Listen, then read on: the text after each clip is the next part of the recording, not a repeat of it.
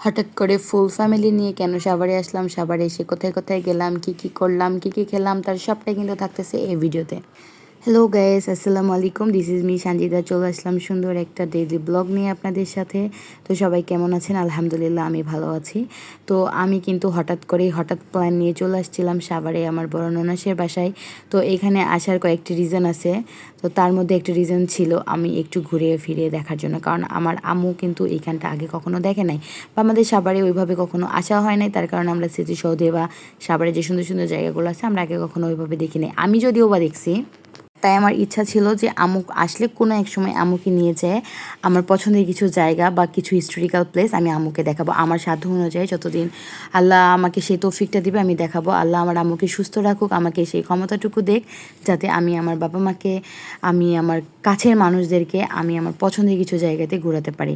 তো সেই প্ল্যান নিয়ে একদম হুট করে চলে আসছি ঢাকা থেকে সাভারে।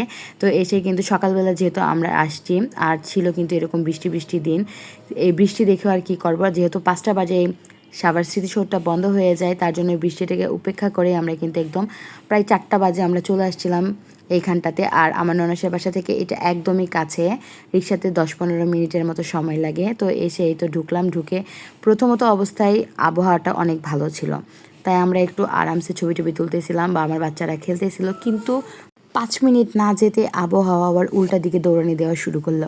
মানে প্রথমে যখন আমরা আসলাম খুব সুন্দর লাগতেছিল, একদম বাতাস, কি সুন্দর একটা ঠান্ডা ঠান্ডা আবহাওয়া। বাট একটু পর থেকে বৃষ্টি শুরু হইলো। কিন্তু এই বৃষ্টি সেই বৃষ্টি না, একদম ঝমঝম করে বৃষ্টি আসতেছে না, শুধুমাত্র গা ভেজানোর মতো, পুরো গাও ভিজতেছে না। এই বৃষ্টি আসতেছে, এই বৃষ্টি ছাড়তেছে, কি একটা অবস্থা। কিন্তু আমরা তো নাছোড়বান্দা, বৃষ্টিতে কি আর আসে যায়, আমরা যখন ঘুরতে বের হয়েছি আমরা ঘুরবই। আর বৃষ্টিতে ভিজতে কিন্তু খুব ভালো লাগতেছিল, যদিও একটু একটু টেনশন হচ্ছিল যে বাচ্চারা অসুস্থ হয় কি না। আলহামদুলিল্লাহ ওরা অসুস্থ হয় নাই, সুস্থ আছে। তো এখন বলি, এই স্মৃতিসৌধের সামনের এই যে এই লেকের মতো করছে, এখানে কিন্তু একসময় অনেক পদ্ম ফুল ছিল, জানি না এখন নাই কেন। আর এই পানিটাতে এত বেশি ময়লা জমছে, এটা পরিষ্কার কেন করে না সেটাও বুঝতেছি না, কারণ এটা এত হিস্টোরিক্যাল একটা জায়গা, এত শ্রদ্ধেয় একটা জায়গা, সম্মানের একটা জায়গা, সেটা কিন্তু এরকম নোংরা করে রাখা একদমই ঠিক না। এটা একদমই একদমই আমার পার্সোনাল মতামত আমি জানালাম এখানে। মানে আমি কাউকে ছোট করে কোনো কিছু বলি নাই, আমার মনে হয়েছে এটা সবসময় পরিষ্কার পরিচ্ছন্ন থাকা দরকার বা থাকাটাই উচিত। যেহেতু এই পানিটাতে প্রচণ্ড পরিমাণে ময়লা ছিল, আর বোঝাই যাচ্ছিল যে এখানে যারা ঘুরতে আসছে বা আসে তারা হয়তো বা কিছু খেয়ে সেই খাবারের ঠোঙাগুলো ফেলে ফেলে রাখছে, যদিও এটা আমাদের করা উচিত নয়, কিন্তু আমরা তো বাঙালি, আমরা এগুলো করি। তো তার জন্যই বললাম এটা কিন্তু পরিষ্কার পরিচ্ছন্ন রাখাটা খুব দরকার। তো এরপরে আমি কিন্তু পুরো স্তম্ভের একদম সামনে, এর আগে আসি নাই, তো এবারই ফার্স্ট টাইম একদম স্তম্ভের সামনে আসছি, প্লাস স্তম্ভটাতে উঠছি। আমার খুব ভালো লাগতেছিল, আমার মানে খুবই বেশি ভালো লাগতেছিল মনের ভিতর থেকে।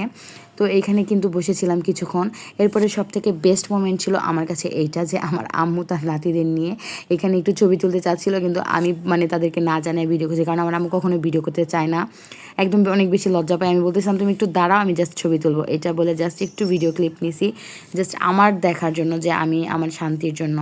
এরপরে এই তো আমরা এই ব্যাক সাইডটাতে আসতেছিলাম, এখানে এসে দেখলাম ভেলপুরি, আর ভেলপুরি থাকবে আমি খাবো না, এটা তো হতেই পারে না।